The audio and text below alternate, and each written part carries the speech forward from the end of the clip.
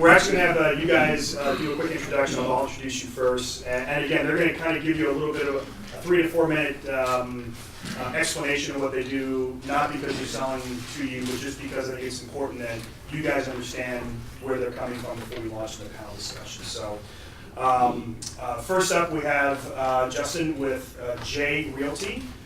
These guys are a property management firm, and actually I'm also my license held at Keller Williams. I met him through our Keller Williams office, and these guys have a really nice property management business here in the South Bay. So thank you. Thank you, David. Thanks. My name's Justin Reese. I'm with JRealty. It's a property management company. I basically started in 1998 when I was an undergrad at UCLA, and just leasing and subleasing units. So that went pretty well, and it grew. Now we have about 100 properties under management right now, mostly single family and a few multifamilies as well, for mostly individual, but a couple institution clients and banks. So it's keeping us real busy. We have a lot of experience with rehabs and Section 8, as well as a little bit of higher end stuff here in the beach cities. Great, thank you. Next up, we have Christina Suter with Ground Level Consulting. Christina is a real estate investment advisor, mentor, coach. She does a bunch of different things. So, Christina, thank you for coming. Sure. I always love the opportunity. Ground Level Consulting is my company, and what I do is I'm, as you said, a real estate consultant for investors. I've been investing for about 20 years. I've owned about 350 units over those 20 years, so I've seen a lot of things kind of come and go. I've done some syndicated deals. I've done, not personally, I've invested in syndicated deals. I've invested in single family, I've invested in multi-unit, and I use that 20 years of experience to help investors reorganize their portfolio, make sure it fits their personality, what's their retirement goals, where they want to go with it, how do they get the chaos of the real estate investing to go quiet, how do you manage your managers in a way where you can actually have some peace and quiet and earn the life that you supposedly can have as an investor. So, and I, return on investment, tweaking the expenses, in the basis. Great, thank you. Next up, we have Peter McNeil, and Peter is boy, you're a bunch of stuff. Peter's a CPA, but he also does I'll say general investment advice. I got introduced to Peter from a friend of mine, and we went to lunch, and I walked away from lunch with Peter going, I think that guy has probably forgotten more about real estate than I'm ever going to know in my entire life. But we're really glad you could come today. Thanks for having me. Yeah, my group is called Comprehensive Financial Solutions. Inside of our group, we've got 4 CPAs, 2 real estate brokers, and life insurance people, and everything like that. Our goal as a company is when somebody's sitting across from us, we listen and we determine what is important to you and what do you need, and then we can bring the solution that's right to you, as opposed to just being a real estate person trying to do real estate or a stockbroker trying to do stock. And as a result of that, we become really in-depth in our real estate knowledge, because we consider real estate another investment like anything else, and we don't need to sell real estate, we don't need to sell stocks. I do about 140 tax returns. I average 1 real estate planning engagement a month on average, where I look at somebody, how are they going to sell or how are they going to buy, and the consequences financially and from a tax standpoint. And I should probably keep quiet and let the rest of the group go. Very good. All right, so we're going to go ahead and launch off into it. Again, if you have any questions along the way, raise your hand, shout it out. It's a very informal group. Certainly Matt and I won't keep quiet either. Actually, Christina, we take the first question towards you. Questions? Yeah, so the first one is basically, from your experience, not just with your own portfolio, but other portfolios that you help manage, what do you see as being some of the elements of a successful portfolio? Okay. The first thing I really want to focus on when I see somebody's portfolio is there any cash flow coming off of it? In this last period, I actually saw a whole variety of portfolios where there wasn't any cash flow, it was all appreciation because of all the push-up. So now it's like, well, can they adjust that portfolio so that it's now meeting where the investment market is now, which is cash flow investing. So I look for that. I also look for specifically, is it a portfolio that can actually be managed by this person? Does it fit their talent? Does it fit their personality? Also, is it diversified? Are they moving across different types of investments? I actually like having a portfolio that has both active investments in it as well as passive investments, unless your personality defines you. You know, sometimes you just can't. You're either all going to be active or you're all going to be passive. So, but basically, cash flow, diversification, and does it fit your personality, and is it manageable? Like some portfolios really aren't manageable. Can you explain active and passive? Sure, I'll do my best. Active, for me, I have a tendency to be active, which is I own a building and I have a manager that manages that building, and I'm actively involved with the manager managing that building. But then there are passive deals where I'll join a larger syndicated pool. Like basically the guy says, okay, I'll run the building. Like I did one in Texas just recently. I'll run the building and you give me $50,000 or you give me $100,000. In about 3 or 4 years, I'll try to give you that back with some kind of return on it. But whether or not, I don't have any say in when that building buys or sells. I don't have any say in how he's going to manage that building. I don't have any say in what value adding he's going to do in that building. So that's a passive investment. I'll hear from him about once every 3 months when he sends me an update. And hopefully a check. This particular one was 3 years later was the check. Okay. And so I'm still waiting on that end of it, All right, but you know, fair enough. hopefully it'll be good. How much difference do you see in cash flow or appreciation in terms of active versus passive? In other words, how much do you earn for your participation? In active, generally, I find that there's a cash flow that you can get, a cash and cash return, and then there's an upside that you're hoping for. And in passive, they try to sell you the same type of deal. There's a preferred return, 7%, you know, whether the deal supposedly gets a great bump or not at the end, you're going to get your capital back and you're going to get your 7%. And then hopefully there's some share in the percentage. I find that in the syndicate deals, because you're generally paying for a manager and you're generally paying for whoever's organized the syndicator, that the upside, there doesn't seem to be as much that shows up, but they sound as good. But I find there's just more expenses rolled into the syndicated deals. Not to put them down, because like I said, I actually want a portfolio that has active deals in it. I can't run an active portfolio all the time. I got enough capital that I want a certain amount of it where I'm engaged in it, but I also got a certain amount where I want it to be passive. I want it to return to me my 7% preferred return. I don't want to think about it for 3 years. I don't have that much time on my hands. I prefer to do other things. You're definitely giving up the control and some of the return so that someone else will do the work for you. Yeah. So you're betting on that operator to help you to become successful at it. And so, you know, their past experience, their relationships, other people that have invested with them previously, all of that stuff goes into consideration. You know, and also, you know, looking at that passive type of deal, you're looking at what kind of safeguards that they put in place to protect your money. What are their estimates and things like that? You know, if someone doesn't include a vacancy allowance or, you know, a repairs allowance or something, you know, anything like that, it's a big red flag, because there's different experience levels for these operators and these syndicators that can do this. But, you know, another form of active could be, you know, the flipper. They're going out and flipping properties and rehabbing them and making profits that way. Another form of active could be one single family home, or, you know, a couple of them that you have a really good manager on, so it is passive. But there's always going to be some level of activity in managing a property manager, but at the same time, you know, but the syndication is a true passive investment, because you have no control really. I'm probably a person who has a lot of experience in Yeah. syndicated deals and, you know, these promoted deals. Typically, you lose 12 to 15% up front, so only 85 to 88% of your money is actually going into the deal. So you got a 12% hurdle to begin. Then they're managing. It can be anywhere from 0.5% to 2% of asset value that they're going to charge. And then usually on the back end, what they're going to do is they're going to charge you the real estate sales load, because they're their own brokers, so they'll charge you the 6% that a realtor would anyway.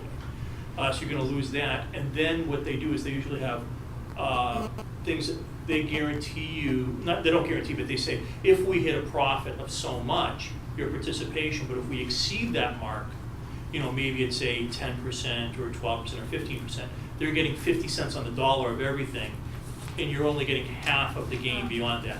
Those are the typical things where they make a lot of their money in running these deals. And so they're expensive, but you're usually getting really, really good managers who can do things because of their size, their scale, their ability to negotiate, that they might do the deal better than you could yourself. So that's what you're giving up.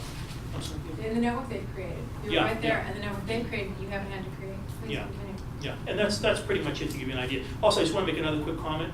What we're saying active, passive, that's in terms of defining the investment as an active or investment, has nothing to do with tax definitions of active or passive, which have significant So can you importance. still claim material participation in a passive one then?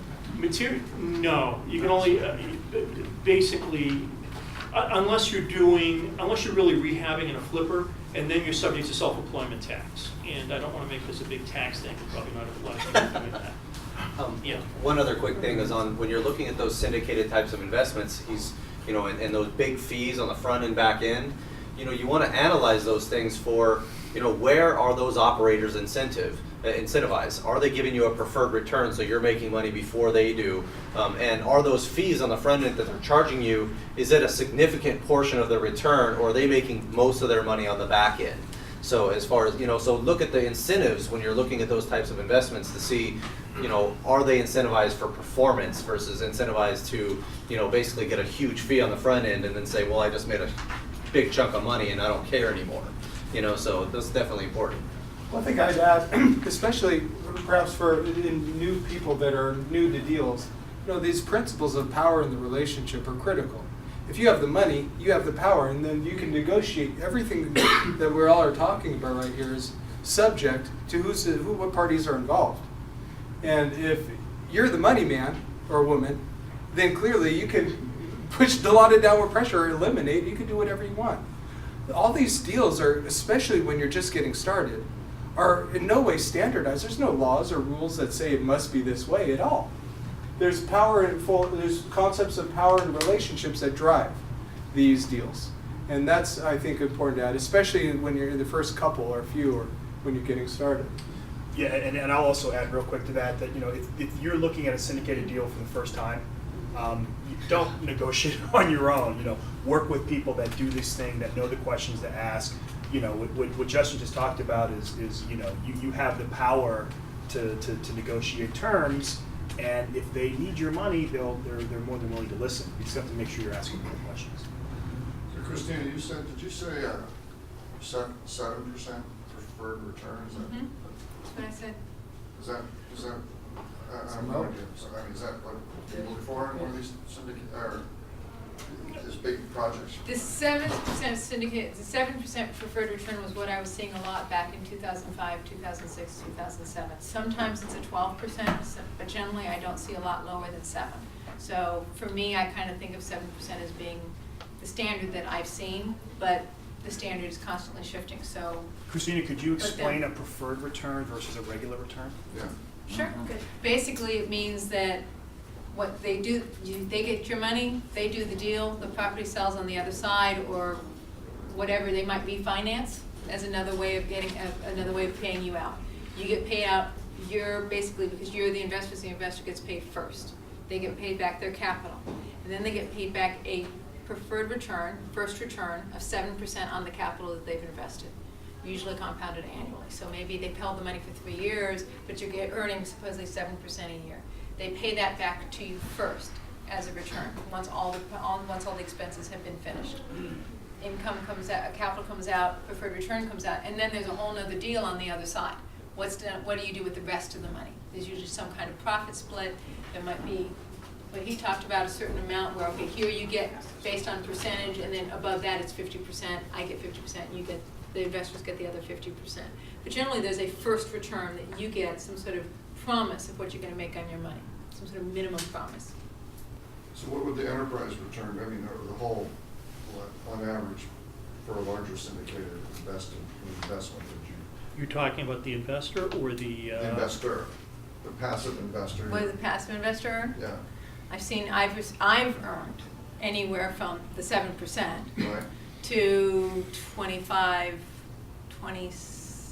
yeah, it's 25%. So over your many years, what do you think that average would be in that sort of, for that type of passive arrangement of percent?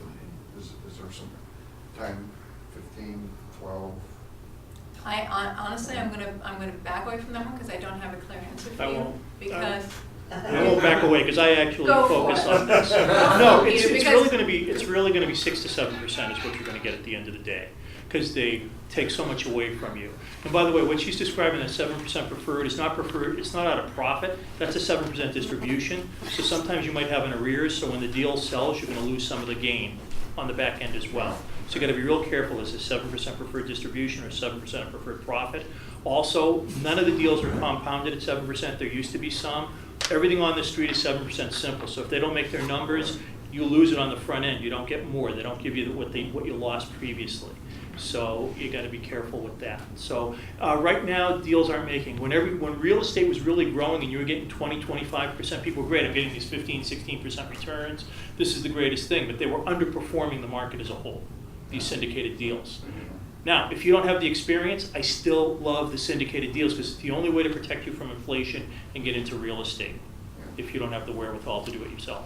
And that's important. That's versus you going out and buying a 250-unit apartment building on your own. I mean, that's really what we're talking about. Before you're going to take something like that down, you should be in a few syndicated deals, understand the metrics, and then eventually you'll have the experience to tackle something like that. And really, the returns are based on what your experience level is, and as well as what you're expecting, what you want. Because I mean, technically, I won't usually invest in a syndicated investment unless it's making me a minimum of like a 10 or 12% return on my money on a a huge syndication. I'm not going to go give my money to someone else and have no control at all without any kind of say. Like if I'm investing with one individual versus a huge syndication, I have a little bit more control and a little bit more leeway, and I can just like you're saying, it's basically like you have a little bit more leeway because you have the negotiation ability with an individual company or something like that. But if you're a small investor in a big pool, you don't have that control, and so I want to have a little bit higher return to offset the lack of control for me personally. But those deals are out there, but just like what you're saying, it's 100% right. A lot of them don't perform because they're not going with really reliable operators. Your due diligence on the front end, background checks, making sure that they've done. You've seen previous deals that they've done and seen the returns that they've actually performed. All that stuff is extremely important to see if that investment is going to be successful or not. It's like part of your homework when you're doing those deals. And really, if you read a syndicated document, I mean, it can be 100 pages long. You need to have your attorney review that thing. I wrote one and it was 112 pages, and I did it myself. And I'm telling you, it had 4 pages of risks involved in the deal, because it's like the judge, if it goes bad, the judge is going to come back and say, hey, look, you were notified about all of these risks. Therefore, you have no recourse. You might be able to still, get your money back if there's fraud involved or something like that. This is not super common, if you're doing your homework and things like that. There's usually warning signs, and you got to look at your best judgment to see, do you really feel comfortable with this person? Have you done enough homework to make yourself feel comfortable? If you haven't, then don't do it, definitely. I just want to make one quick comment. It's a protection for people. If you do these syndicates and do a REITs, real estate investment trusts, and they say, oh, this has been around for 3 years and our distribution is 6%. Okay? The question you ask is the income covering the distribution? Because sometimes the income from the deal is only 3 or 4% and they're paying 6%. So they're dipping into their capital to pay you. So you want to only be in deals that are covering or relatively new where they're ready to cover. Okay? So it's something you need, be careful with these things. Definitely. Any questions? It's a great one. How long? 3 years? They can be all over the place. I mean, they could be a year, they could be 3 years, they could be 10, they could be 30, but I haven't seen very many 30. If you're investing, I'm sorry, this is really one of my areas. If you're investing in these deals, you have to assume you have no control on liquidation. So you have to assume this is going to your heirs. Okay? Now, with that being said, typically these are 5 to 7 years, and in the prospectus they say it's 5 to 7 years. And they're forced to liquidate in 5 to 7 years. Sometimes they are forced, and then they sell at a huge bargain basement price. They will usually go back to you as the investor, even though it's in there, and they have to get 100% approval not to liquidate in the time frame that they say.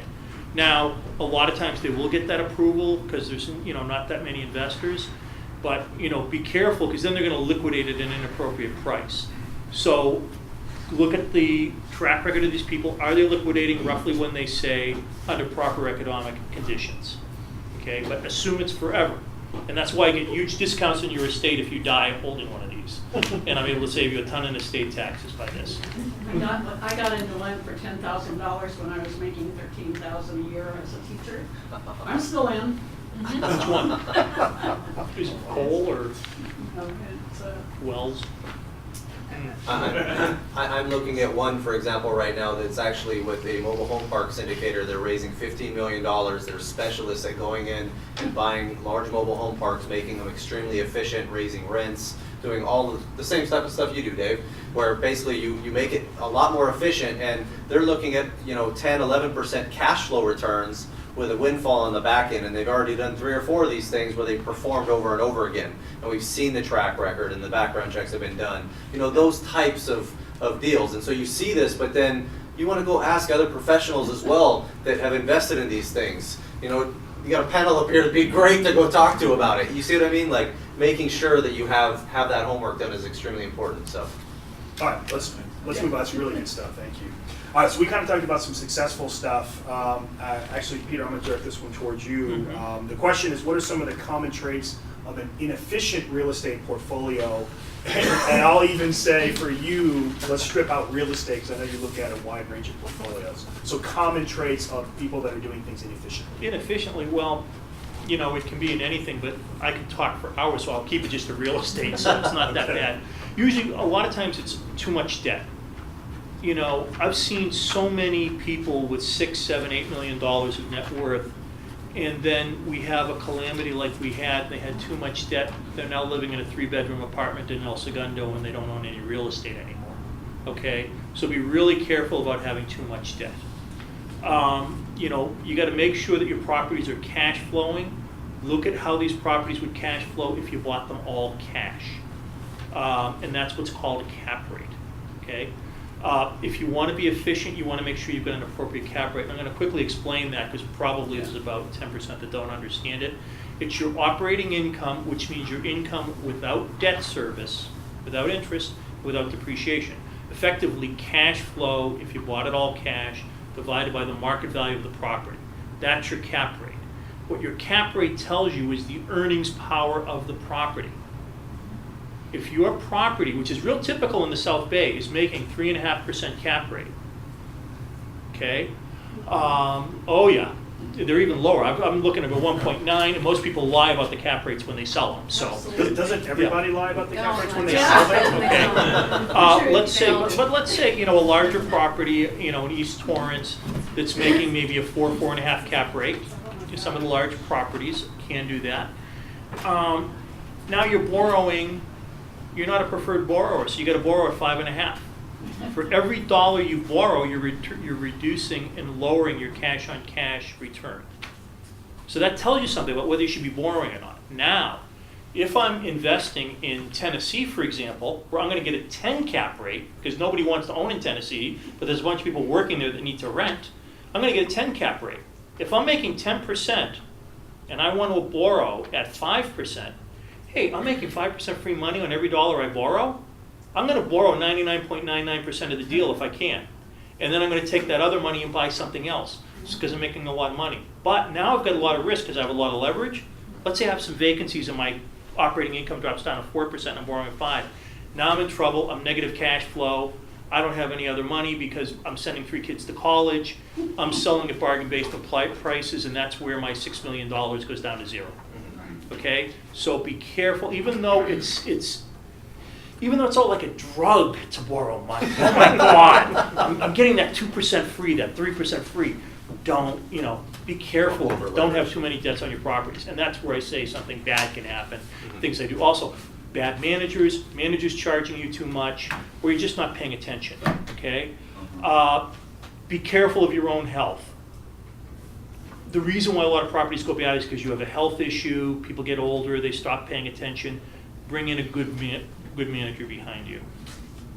Some ideas I see of being inefficient with real estate. That's great. Justin, I'm for that same question for you, and I'm almost more curious from someone who manages a bunch of property from a landlord's perspective. What are some of the inefficient things you see with landlords that are controlling the properties that you guys are managing? Common problems that we see from landlords Well, there's several.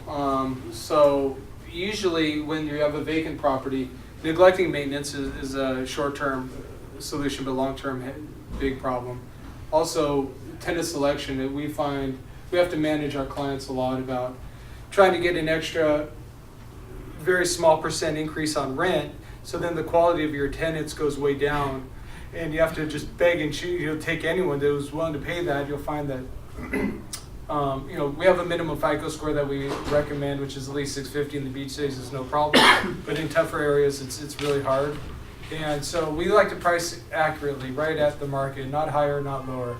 And so it gives us power in the relationship. We can choose for our tenants carefully, which in the landlords like money in the long run. Turnover kills. Occupancy is really at least 2 years for landlords to make profit because of these turnover expenses. So, but other than that, I think those are the main things. We were actually having a conversation before about vacancy. And people just think of vacancy, so I lose a month's rent. No, you don't. No. What are some of the other costs associated with a vacancy? When someone moves out and you have this vacancy. For sure. Prep. You have to prepare the unit. Depends how long. What if you need carpet, paint, flooring, etc., handyman work, or worse. How much do you guys charge to find a new tenant? It varies, and when you're doing property management, sometimes we price the management a little higher and we give away the leasing, or vice versa. And it depends how many units and other factors as well. Yeah, we found that when we're going through and have turnover, you always try to finish the unit on the initial rehab so that there's going to be the least amount of costs on the turnover. So Hardwood, if you can if you can put hardwood or big tiles and that kind of stuff in that's going to last forever, then do it as much as you possibly can so that you don't have to go replace carpet all the time. Get a little bit bigger of a security deposit if you can to try to stop those things. Because I mean, if you're getting a $1,000 deposit, on a property or something like that, then it's going to cover hopefully the paint, not necessarily the carpet. So you're going to have costs there, and people don't realize that all of your costs happen on that turnover. So right when you think you're going to have a vacancy, even if you average out a vacancy allowance, that's when you have the other costs as well. So you want to make sure you always have a reserve aside for those types of things so that you can become, really efficient on your management side. So absolutely. And I think the key philosophy of landlording is, or owning, is a long-term perspective. If you have a short-term perspective or trying to get ahead in 1 month or 2 months, or trying to get a little bit of extra rent, or try to make enemies or have a antagonistic relationship with your tenants, increases your expenses over time. And it really does. And we believe strongly in having a win-win where both parties will win, and that's a sustainable business and portfolio. And keep in mind, your managers are on your team. Unless they're really, really inefficient, then they're on your team. I mean, I've seen it where, I've had clients where they're extremely happy the whole time, and then if it goes vacant for 1 month, all of a sudden they're really, really scared to death that all of a sudden something happened, and then they're mad at my manager for it going vacant or something like that. And you want to make sure that those guys, that you're communicating with them, they're being efficient, they're doing everything that they're supposed to be doing every month, but it's not their fault if a repair happens or, a vacancy happens unless they're not handling the repairs correctly or something like that. And so look at those types of items and look at who your team is and rely on your team, but make sure you're managing them really, really effectively as well. The highest cap rates, obviously, that I'm seeing are in the bottom end of the market. So how do you get good management at that rate if they're on a commission and the rents are low, it's not worth my time? Do you have to pay a flat fee? I mean, how do you go about getting good management if you're in that, that lower end of the marketplace? There's no free lunch. So, and oftentimes it's hard to find good managers. Just like we were talking about maintenance earlier. It's hard to find good handymen, and actually we were just talking about, in theory, the good ones are going to grow and grow, and they're going to be too busy for you, or their fees are going to be too high. And the bad ones are going to be cheap, and you get garbage work. So, meaning if the deal doesn't pencil out, then you shouldn't participate. But searching, finding, networking, talking, trial and error over time, you find one that sticks, and try to stick with that person. Read those management contracts in detail too. Make sure the business relationship is incentivized for performance. Yeah. You know, that's huge. Again, win-win. Yeah, I went through 5 management companies out in Tennessee before I started my own. All of them either inefficient or stealing from me, or, you know, the inefficient ones are just like stealing, you're just losing money, you know? Yeah. So you really want to interview them, read those contracts, get referrals, ask them for tenant and investor referrals if possible. You know, sometimes you can't really talk to the tenants, but, you know, you want to see how they're managing those things. And even before you sign a contract with them, just the interview period could be 3 weeks, a month. So talk to them, see how responsive they are, especially for the sales, which is the honeymoon phase, where you'd hope they'd be on top of it. You'd find, even when they're trying to win your business, that days go by before they return your call or email. You know, and then clearly, if they're acting like you as the landlord trying to win your business, how are they going to act with a tenant that needs a snake for a toilet? So, you know, that's an example, and you can do that with a bunch of property managers, and then, you know, over 3 weeks, you'll see who's rising to the top. The communication is one of the biggest parts of the management side. You can weed out so many bad managers just by the communication alone. So just from them not calling you back. Yeah, thank you. Good. Is it okay if I chime in here? So inefficiency, very much we talked about over leveraging your properties. You're really going to run into trouble very quickly. As soon as smallest bump in the road, all of a sudden you're finding that you've got properties that are not performing, and you're going, I hate my portfolio and I don't know how to make sure I can save it, because you have no cash that's capable of actually saving it and putting it through the rough period. But a lot of the inefficiency I see is just you're not sitting with the management statement every month. You know, one of my favorite stories, and this is not to say anything bad about you, but one of my stories is like I took to looking at my management statement every month, and I noticed that they were charging me $160 to clean blinds. I'm like, $160 to clean blinds? What are you talking about? So I called the management company, or emailed. That day I called the management company and said, I don't understand what's happening. Why are you charging $160 to do blinds? I found out that I have the horizontal blinds instead of the vertical blinds, and so they got a special company in to specifically clean those and repair those. And I went, well, that makes no sense. So I pulled all of those out on every unit that went empty. I pulled all those out, put the vertical blinds back in. The painter can fix those and clean those while they're there. Now that's $160 that didn't happen anymore. So that's fantastic. But where I got it was by being willing to sit down with the management statement and read the management statement and go, well, what's happening here with this building? So the inefficiency is in some ways just, you know, your relationship. And I want to really echo about the vacancy factor. It's hugely important. You don't want the extra $20. You don't want the extra $25. You want that unit to turn over in a month. You're losing a month worth of rent. You're losing the security deposit that came in as if it's income. You've just sent it back out again. In California, we're incredibly tenant-friendly state. So you're going to be able to charge for cleaning fees, but you may not be able to, and carpet cleaning fees, but you may not be able to charge for the paint. You may not be able to charge for the fact that you have to repair the carpet or actually replace that carpet. So you're losing most of the security deposit back out, and you're still paying fees that are above and beyond what you could charge the tenant for. So what is a 5% vacancy factor effectively becomes an 8 to 10% cost to you. So if you do a 5% vacancy factor and you're performing for your building, that may cover the amount of time the unit's empty, but it's not going to cover the amount of cost that you're going to have having an empty unit. And my calculation, good for you, my calculation is 3 years. How long does it take for the landlord to get their money back on a vacant unit? Mine is 3 years. So I have to second his number on that. So Christina, for someone that's just starting out, what are some of the things that people should consider that really aren't obvious? Okay. Fun question. I like this question. I like this question a lot. For me, it's education, education, education, education. I mean, many of us who are investors here in the room, when we said, well, when I first look at a sheet from a real estate agent, we all went, oh yeah, but they're always lying about the cap rate. Okay, now how do we know that they're always lying about the cap rate? Well, some of it is sitting in a course where somebody tells you, by the way, they always lie about the cap rate on every time that they show you a performer on the property. So just, be aware of that. Also, just how do you crunch the numbers? So I'm a great believer in education, 1. 2, always have cash reserves. A lot of young investors are like, well, what do I need cash reserves for? Peter's point is perfect. What do I need cash reserves for? I've got leverage on the building, my cap rates are in line, I've been educated, I got all my cash out there performing. Why would I keep cash sitting in the bank at 1.5% or 2%. Why would I do that?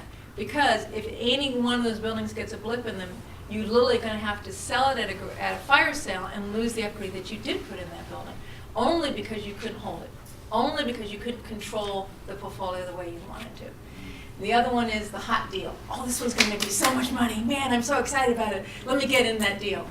And it's like, guys, let's back away here. You know, it's easy to hear all the investors be excited about something. And you really got to back up to the numbers again and go, does it fit my portfolio? Does it fit my personality? Does it give me the returns? And is this a secure deal? Because the last thing you want is your portfolio going awry on you. And it will, and it can. So. I've seen so many investors come to me so excited with a specific deal and wanting to do it so bad that they get into a loser of a deal because they want it so bad. They want to become involved. They want to do it. I've done it. I think everybody's done it at some point. You know, it's like you start, you lose, and you keep trying. You know, so I mean, it happens like that constantly. And with the pro forma stuff, I mean, I just looked at one today where they're trying to say that it's going to make a 15% return with an all-cash investment, a 15 cap. And it's of course a pro forma, which means that, and I look at the numbers, and you can tell so often based on the numbers. I mean, they're going utility costs, $500 a month every month, exactly $500, exactly, you know, X amount in, you know, in different costs, and it's round numbers, and you're going, this is just, give me the real numbers. Let me see the utility statements. Let me see all of the backup associated with it. Look at it like you're an auditor, like you're going into the thing saying, let me see the backup, let me see the numbers, because every realtor that's going to send you a deal is probably going to say, well, I haven't seen it any other way. I can't say every realtor because you don't do this, but I'm getting you out of the woods here. No, nobody in the room would do this, right?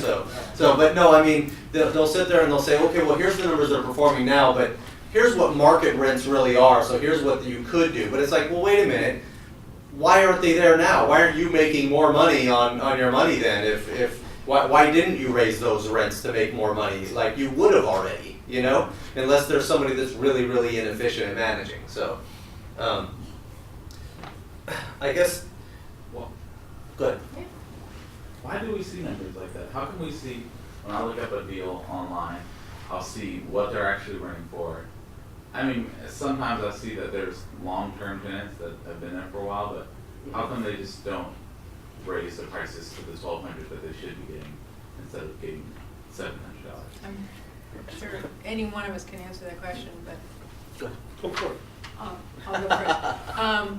Having been a landlord, I'll give you an example. Put some flesh and blood on it. So I had this building. I was one of the nicer buildings in the area. There's no reason why I shouldn't have been able to get $1,250 as far as I could tell. I had a guy who actually walked through and said I could get 14. I looked it up on renometer.com. I saw some that were $14.50. Yeah, maybe I should be able to get 14. So what I did was I sent out a secret shopper. I literally hired this guy who's a friend of my husband's, who's a young guy, said go out there and actually look at all the units and pretend that you're going to rent these units. Tell me what you see. And what we found out was across the street, there was units that were very similar to mine. Literally, it was right across the street. Very similar to mine, not quite as nice as mine, but they were all renting for $1,100 flat. So people, if they want to be able to walk over there and they want to do $1,100, they're willing to pay a slight premium for my nicer unit, but they're not going to pay 14 for my unit. So my experience is that you go out there and you hear the numbers of what people say they can get, but really the price is set by the market. And it really is a 1,200 unit. It really is 1,250 because there is such range in that area. And yeah, there is some value to a nicer unit, but ultimately if you don't want a high vacancy, you're going to want to price it right. Right. So that's my experience. Please, anybody? I was going to say, the other thing about the inaccuracy of the cap rate numbers is usually they don't have the expenses right. Because the realtor can know what the rent is, and the realtor is going to know what the property tax is, and they can do some quick estimates. I always demand to see the tax return, and that's really, if I'm doing a 2 or 3 unit, like, I'm not going to give my private records to you, and I say I only want to see Schedule E, and still it's a fight.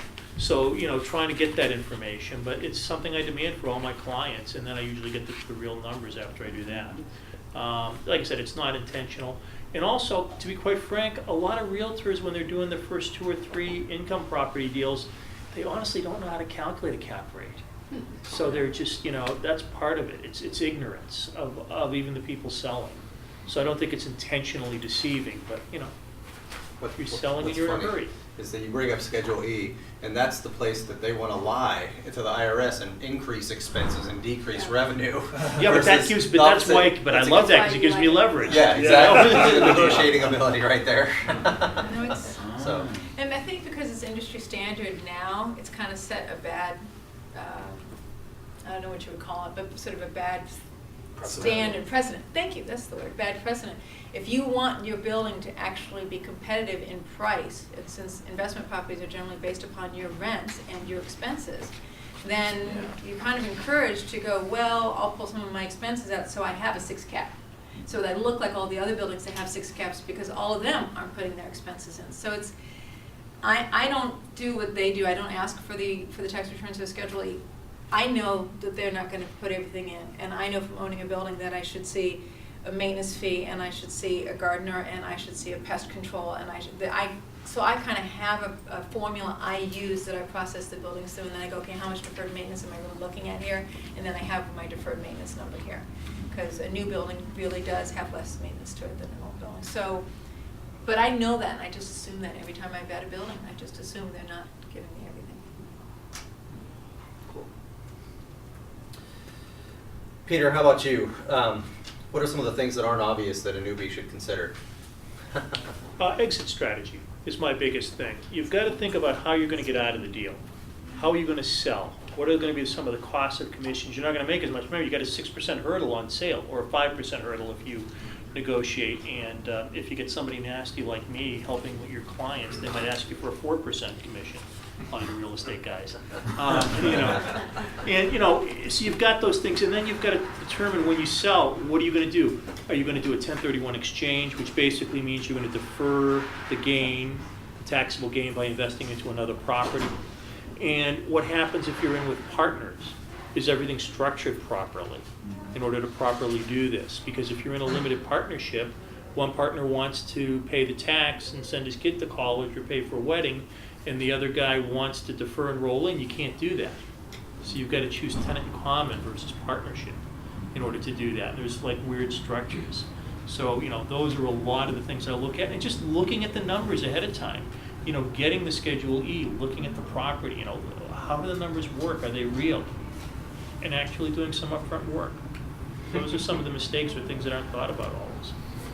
It's funny, I probably get about 20% of my investors actually flying to Tennessee to see the properties. I tell them all they need to go see it, and they don't care. And that's the most important thing to do. Go see it. Go check it out. See what's going on. Make sure you get it. Unless you have a good relationship where someone's already done 1 million deals with this person or a bunch of deals, and it's you're going in with the right person, then it's really important to do that type of thing.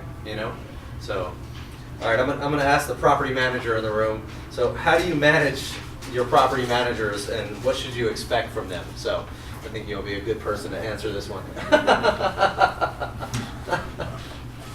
I think what we talked about before is definitely true, and the biggest thing is communication. Property managers are clearly not insurance companies, so things happen. And I think all you can expect that's fair and reasonable is the availability and timely communication. So they can reach them by phone, by email, they take pictures, and the other thing is, if possible, they have a good staff of maintenance staff, because that can really add up to be a big expense, and that could be a huge deal. But really, communication, if they're bilingual in certain metropolitan areas, that's also helpful.